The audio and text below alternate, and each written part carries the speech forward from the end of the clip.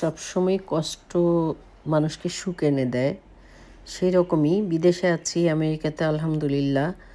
কিন্তু প্রত্যেকটা পদে পদেই কাজ করতে হয়, নিজেকে ঘাম ছুটাতে হয়। এই যে যেমন এখন সামার এসেছে, মানে আমাদের এই ঘাসগুলি ক্লিন করতে হবে। কারণ একে তো অবশ্যই বাড়ি কেনা এবং বাড়ির সৌন্দর্যের জন্যই তো আমাদের কাটতে হবে। আর তাছাড়া এদেশে একটা নিয়ম অবশ্যই আছে, আপনার কেউ যদি কমপ্লেন করে যে হ্যাঁ তার পাশের বাড়ির মানুষ ক্লিন করে না, ওরা অথচ অনেক সৌন্দর্য, আমাদের পাশের বাড়ির মানুষ অনেক সারাক্ষণ বাড়ির পেছনেই থাকে মানে সৌন্দর্য রক্ষার জন্য। এই যে দেখুন, এদিকে সব ক্লিন করে গেছে।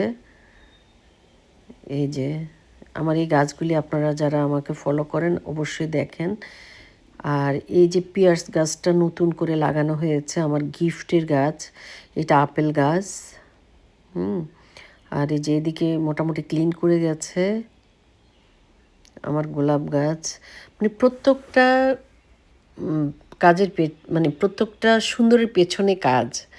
আপনি এই যে এগুলো সব ক্লিন করে গেছে।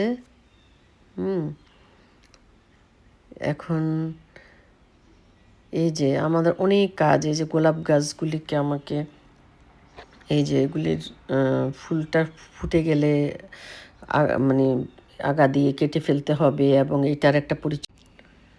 আর এই যে দেখুন, শুধু কি মানে ঘাস কেটেই শেষ না, এই যে এগুলাকে আবার ক্লিন করা, আবার ভিতরে কিছু নষ্ট হয়েছে কি না সেগুলা দেখা, মানে অনেক অনেক পরিশ্রম। তারপরও আলহামদুলিল্লাহ আমরা অনেক ভালো আছি।